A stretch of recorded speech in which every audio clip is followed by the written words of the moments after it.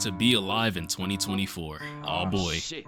here we go. Again. If there was one word I'd use to describe 2024 so far, I'd say it's eventful. A lot of people want to compare this year to 2016, and while I wouldn't quite say that this year is 2016 part 2, I get it. If nothing else, there's at least been a lot of things happening every day or every week that people have been opinionated on, right? Things that caught people's attention, whether it was in sports or politics or even music or the background of music. At least we got a replacement for No Homo. I didn't really have that on my 2024 spreadsheet. And while my Knicks didn't win the 2024 NBA championship, I can confidently say that I've been able to come to terms with it because of the other biggest thing that's happened this year. Not as big as if the Knicks would have won a championship, but it's neither here nor there, and I'm not complaining. And that thing is Drake versus Kendrick Lamar, baby. I gotta say, guys, this has to be the best thing that has happened to hip-hop in 10 plus years. We have gotten rap beefs before, right? And I think that's obvious. But a rap beef to this caliber, where their playing field is pretty even, and it really could go either way, at least in most people's eyes. I knew Kendrick was gonna wash Drake, but in most people's eyes, it was a pretty even playing field. They were around the same level of clout, and some would argue that they are around the same skill level. Once again, I don't agree with that, but I speak for the masses here. A sometimes lyrical hitmaker from Toronto versus the biggest artist to come out of California within the last 15 years, going head to head in a friendly dispute to determine who's the better artist. Now, I knew it was going to be good because both of these artists have histories with each other, but as far as I was concerned, they're pretty cool, you know? I think it's just going to be a friendly dispute just to see who can rap better. What did Kendrick say? F the big three, it's just big me? I mean, it's not too crazy, right? It's only natural that you're gonna call yourself the best when it comes to what you do. Ain't nothing wrong with that. We really should be getting a pretty friendly, nice, and well-rounded rap battle. What could possibly go wrong? Your son's a sick man with sick thoughts. I think niggas like him should die. Him and Weinstein should get fucked up in a cell for the rest of their life. He hates black women, hypersexualize and put kinks of a nympho fetish. Grow facial hair because he understood the beard just fit him better. Wow, that hit the fucking fan. Yeah, so what we thought would be a friendly dispute turned out to be one of the grimiest rap battles that I've heard in my entire life. People's reputations, their morals, and of course their ethics are all being put on the line. Kids and families are being brought into this, and apparently people's mansions are getting shot up because of this. I didn't think we'd get another Biggie and Tupac, and while I wouldn't quite say it's at that level, it's damn close. At least way closer than I realistically saw things getting in the year 2024. We've gotten everything. People's character being called into question. To any bitch that talk to him and they in love, just make sure you hide your little sister from him. Allegations about people beating up their wives. When you put your hands on your girl, is it self-defense cause she bigger than you? Secret kids. Dear baby girl, I'm sorry that your father not active inside your world. This is sounding a little bit more like reality TV than rap. Things are getting so bad, I honestly gotta put on my glasses so I could break down a lot of these bars. These aren't even prescribed, by the way, these are sunglasses. But yo, guys, I gotta say what you want about this beef, and I know, Drake did get cooked. We can all come to that agreement. But man, I gotta say, this is the most entertaining and best thing to happen to music in years. Hands down. The Drake and Pusha T thing was cool, but it's like Pusha T and Drake ain't on the same level, man. While Pusha T did kind of wash Drake, Drake was so big to the point where like it didn't even matter. At the end of the day, all the Drake stands were just gonna run to their phones and be like, but how many times did he appear on the billboard though? But he made Hotline Bling, he made fucking Kiki, do you love me? Whatever y'all niggas really sit there and listen to. And realistically, that was a fair defense because Pusha T was not nearly as big as an artist as Drake. So whether he washed him or not, there wasn't really a clear answer on who won, simply because Drake is so much bigger. In fact, I know a lot of people that didn't even really listen to Pusha T's verses. In fact, there are a lot of people that didn't even listen to Pusha T's diss tracks on Drake, other than the ones that appeared on the radio. But then you got Kendrick Lamar. The setup is perfect. Two of the biggest rappers of the last generation going at it with each other. They got history, third on each other's names, and they're both some of the most talented rappers that we have in the game right now. Perfect setup for a bloodbath, and that is exactly what we got. And I gotta say, I was here for every second of it. Oh, 8,000s of people didn't quite see you there. Sorry to interrupt the video, but I just feel like I need to say something real quick. The other day I got kind of curious and I said, you know what? let me try Googling my friends and my family's email addresses, names, and other random information just to see what would pop up on the internet. To my not so much shock, there were a bunch of things that actually came up that had their information, from links to websites. It's all out there for anyone to enjoy if they're willing to make the search for it. Now, I don't know about you guys, but this personally would make me feel very uncomfortable. Unfortunately, the reason this happens is because data brokers sell your information to scammers, spammers, and pretty much anyone else who may want to target you. They get your name, your email, your home address, health records, even find your relatives. It's all out there. That's why I've been using Aura, the sponsor of today's video.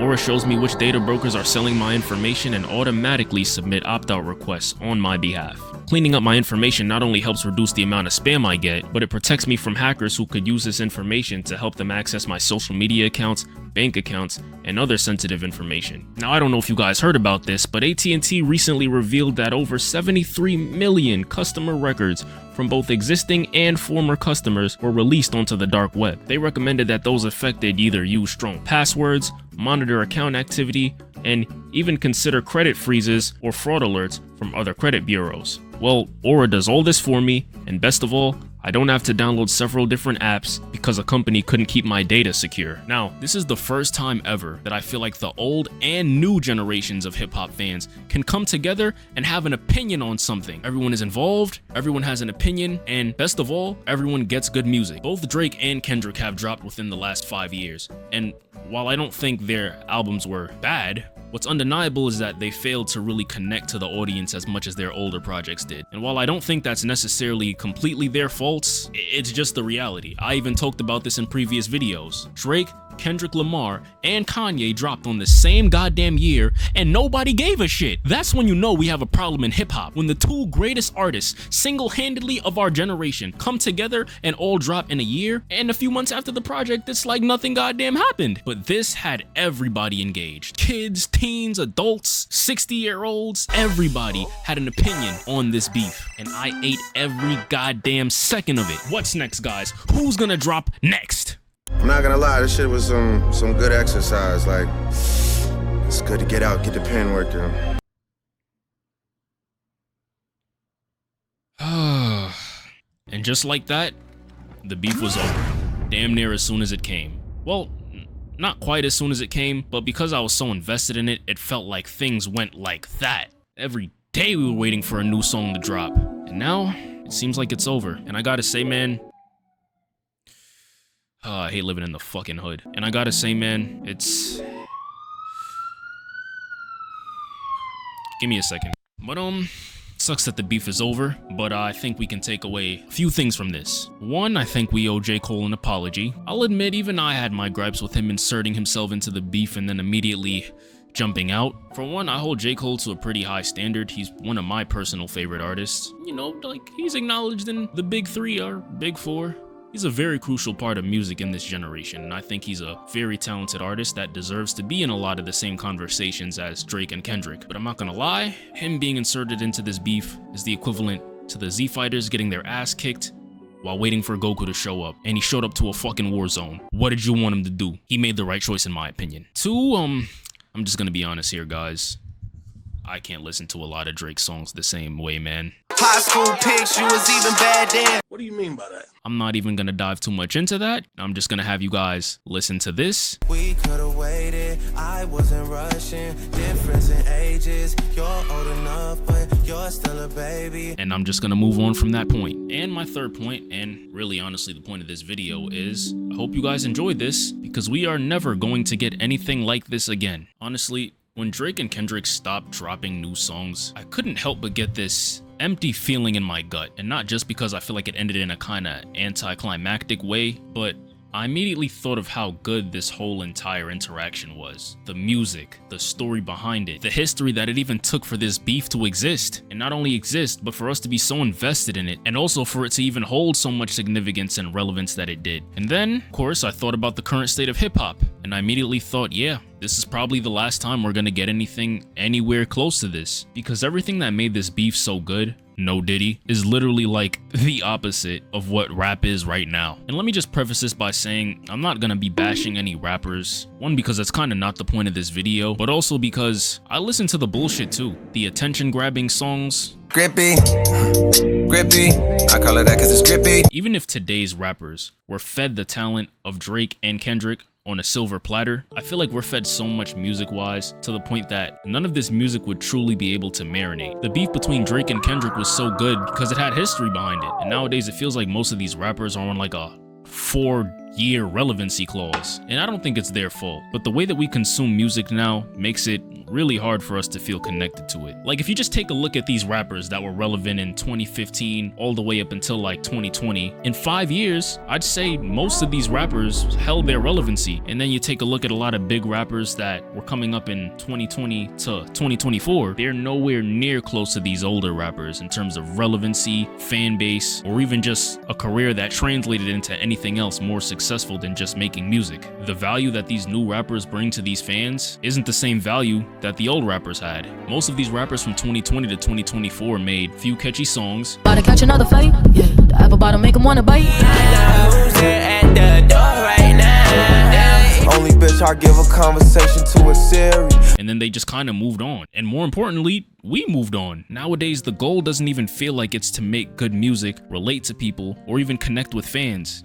It's to make the next song that's gonna be hot on TikTok and ride that wave until you can eventually do it again. And we're introduced to so much music to the point where even if it's good, we like it because of the catchy 10 seconds that it had that bad bitches on TikTok could dance to. It kind of makes it hard for these songs to stand out to us, man. Like, sure, I found this one song catchy and I saw some edgy looking Asian baddie lip syncing to it on TikTok. Why should I care about the artists themselves? It's gotten to the point where they're honestly telling these rappers that it's not worth throwing thousands of dollars into a music video. Like, the music video isn't enough to catch people's attention anymore. You have to make people care before you can even show them a music video. And honestly, it's kind of a never-ending cycle that feeds itself. These rappers understand that our attention spans are cooked, and so they make songs centered around that. And while we don't feel connected to these songs, we're gonna eat them up temporarily and give these people the illusion that their careers are doing better than they actually are. The rapper makes songs that are tailor-made to suit that purpose, and the cycle continues. And these artists are chasing viral songs, but we're not connected to them, their story, or really goddamn anything that they got going on. Like, you know how many times I heard a random song on TikTok and I just keep hearing it over and over? Than a nasty girl.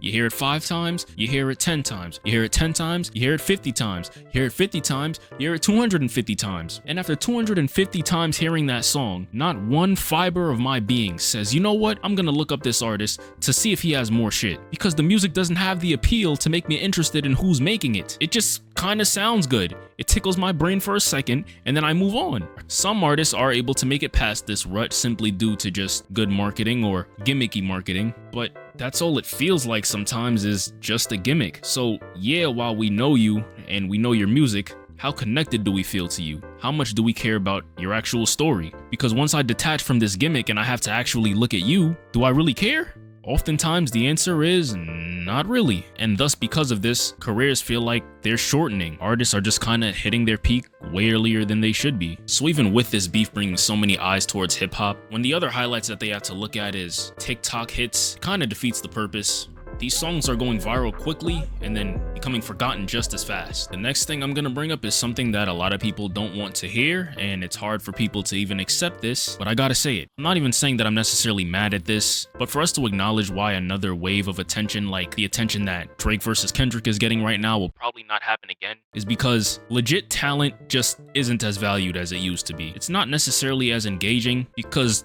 there kinda isn't much to dissect. Like, a lot of people are forgetting that Chris Brown and Quavo kinda had their beef earlier, right? And I'm not gonna lie, Chris Brown really impressed me. He washed Quavo's ass, I ain't even gonna lie. You fuck my ex-ho, that's cool, I don't give no fuck, little nigga. Cause I fucked your ex when you was still with a bitch, I'm up, little nigga. Bro basically said I was knocking your girl while you was with her, and she ain't even deny it. If anything, Saweetie showed damn near support on Twitter for Chris Brown. Now, while that personally drops my jaw and makes me feel like, personally, if that happened to me, I probably wouldn't want to be here anymore, there isn't that much to dissect with it. It's kinda straight up, and that's how most beefs are nowadays. you know, if they're not just straight up talking about catching someone in traffic and killing them. And so while people kind of undermine talent nowadays, it is important when it comes to why beefs like this are so good and why so many people, old and young, can get into it and enjoy it. Now, Sparky, why is it that you feel that talent isn't as valued as it used to be? Well, thank you for asking. I'm gonna bring up none other than the Grammys. You know, just the biggest musical award show ever. Made me realize this was when Killer Mike won 3 Grammys in one night, and people got angry at him. And instead of people getting curious to what the quality of work had to look like for this man to win not 1, not 2, but 3 Grammys in one night, they just wrote it off and said he didn't deserve it because he was old and irrelevant. I feel like before, even going back to like 10 years ago, people would have seen that man win 3 Grammys and at least would have been compelled to take a look at the body of work that got him to that point. But because most people didn't hear the songs, they felt like it wasn't good enough to win a Grammy, completely forgetting that the Grammys don't got nothing to do with no goddamn relevance. Well, at least not completely, you know, obviously that does play a part in it, but like, it's not everything. Now, whether you disagree with him winning all these Grammys or not, and honestly, I don't even have much of an opinion on it, it's not necessarily the fact that he won those Grammys, it's how people reacted.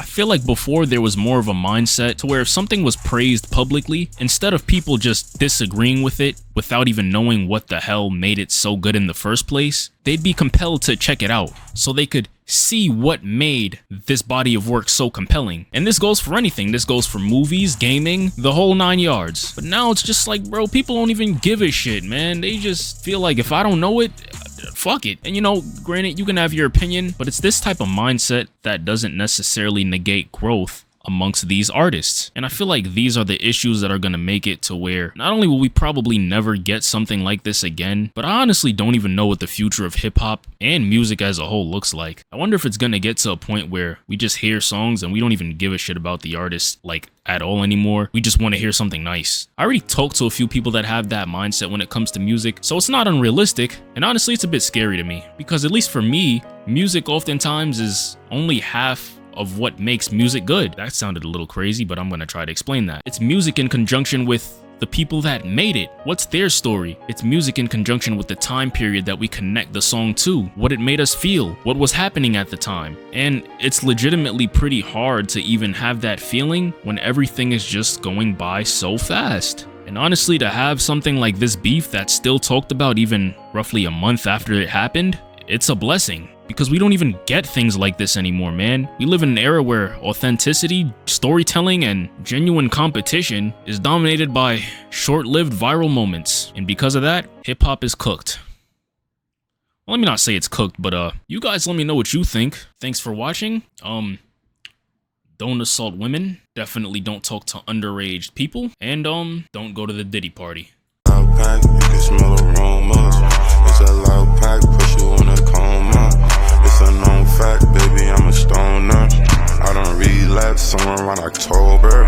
Is my phone tapped? Don't know who I told ya. That I had hoes, I'm sorta like a loner. I got mad flow, they call me the flow donor. You an asshole, I'm reaching for my holster. Play around, put your ass on a poster. Like a pound of the Desire, you get burned up. In the crown, in the style, we get turned up. Fuck around.